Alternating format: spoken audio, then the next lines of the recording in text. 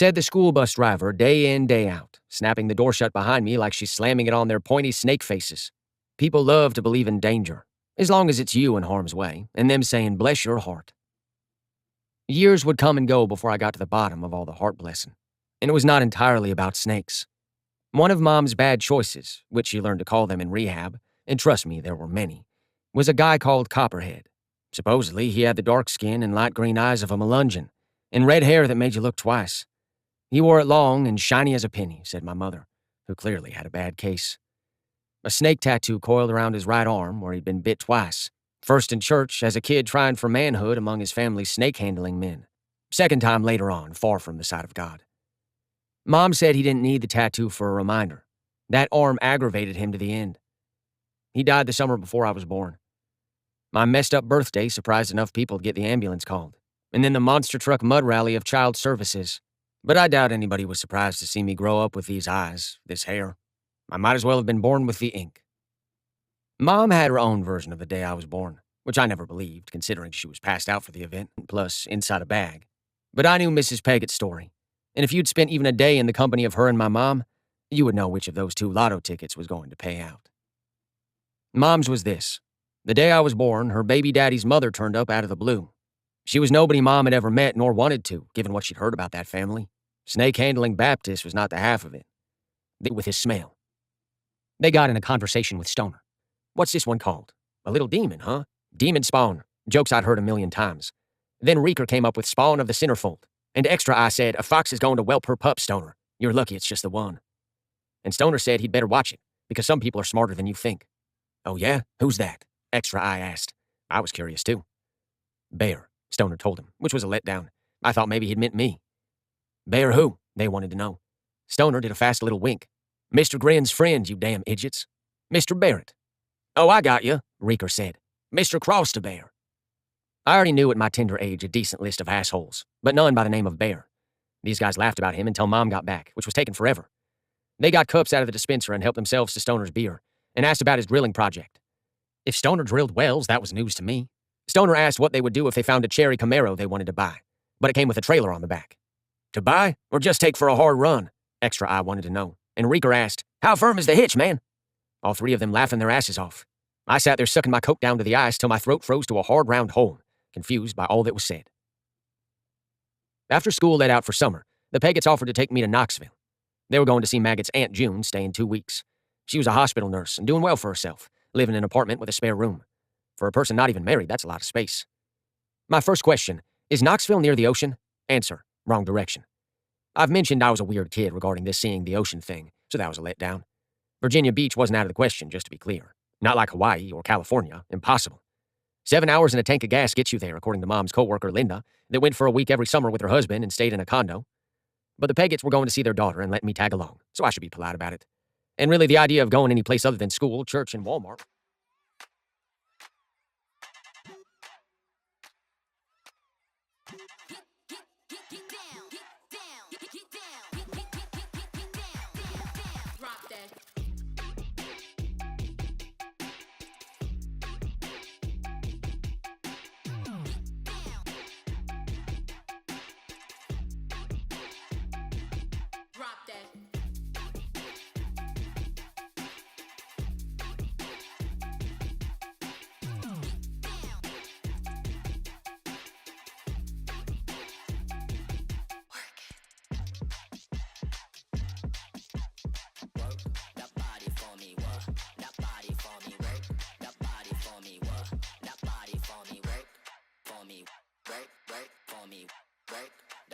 For me, what, work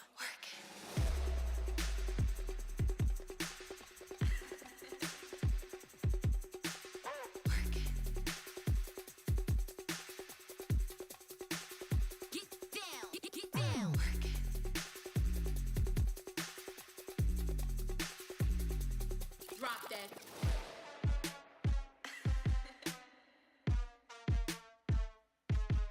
Get it.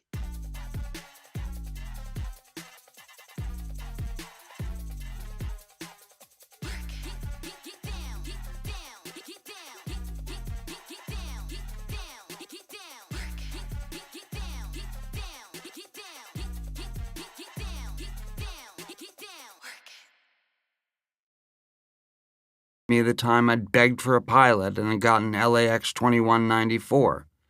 Back then, I had enough juice to get a pilot and thereby enough money to drink at the Formosa. Now, as the new century dawned, I had enough juice to be able to score a movie if I wanted it. Serving Sarah would be filmed in Dallas, and I have no idea why I thought that would be the perfect place to get sober. Serving Sarah was a bad movie, but it was made much worse by how bad I was in it. I was in terrible shape, and I was overextended. I was working 4 days a week on the movie, then flying on a private jet back to Los Angeles to do Friends. On the plane, I'd have a water bottle filled with vodka that I'd sip from continually as I read over my lines. In fact, if you're keeping score at home, I was actually on methadone, Xanax, cocaine, and a full quart of vodka a day. One day, in Dallas, I showed up to do a scene only to realize that we'd filmed it a few days earlier. Things were unraveling. Jamie Tarsis, beautiful, amazing, caring, genius Jamie Tarsis, flew out to Texas and was basically my nurse, but I was still drinking and taking all the drugs and trying to hide it from her.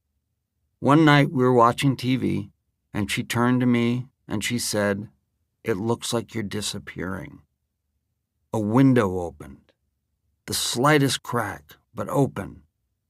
"I don't want to disappear," I whispered. "Stop everything." I called my man.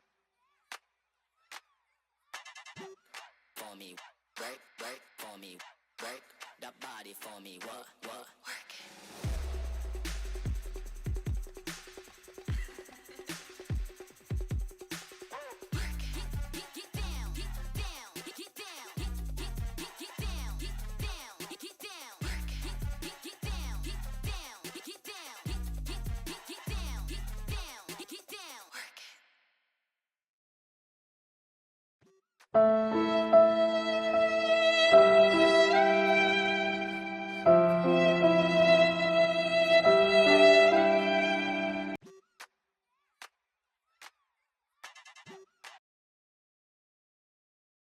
Work the body for me, what, work it.